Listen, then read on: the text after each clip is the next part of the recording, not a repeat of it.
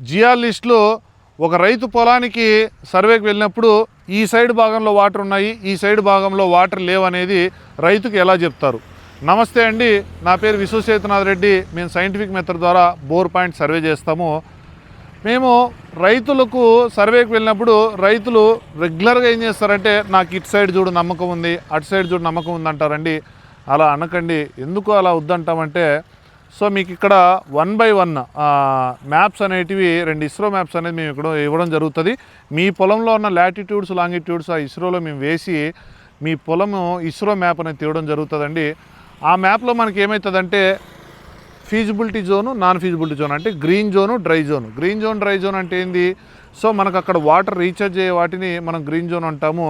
ఆ recharge conditions లేని వాటిని మనము డ్రై జోన్ అంటామండి. సో పొలంలోకి వెళ్ళినప్పుడు ఎక్కడైతే గ్రీన్ జోన్ ఉంటుందో ఆ గ్రీన్ జోన్లోనే మనం ఏం చేస్తామంటే నెంబర్ ఆఫ్ టేక్స్ అనేది ఎక్కువ తీసుకుంటాము.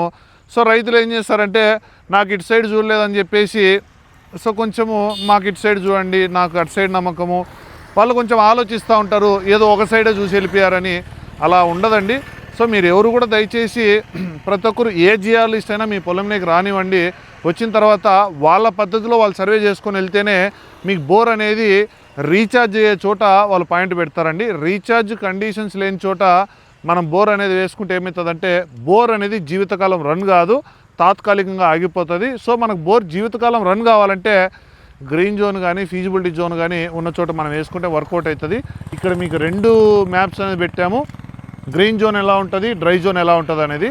సో దీని బేస్ చేసుకొనే మనం ఒక 20% ఆ ల్యాండ్ ఫార్మేషను, అక్కడున్న రాక్ టైప్స్, రాక్ డెన్సిటీస్ కూడా మనం తెలుసుకొని రిపోర్ట్ ఇవ్వడం జరుగుతుంది. సో రైట్ అండి, థ్యాంక్ యూ.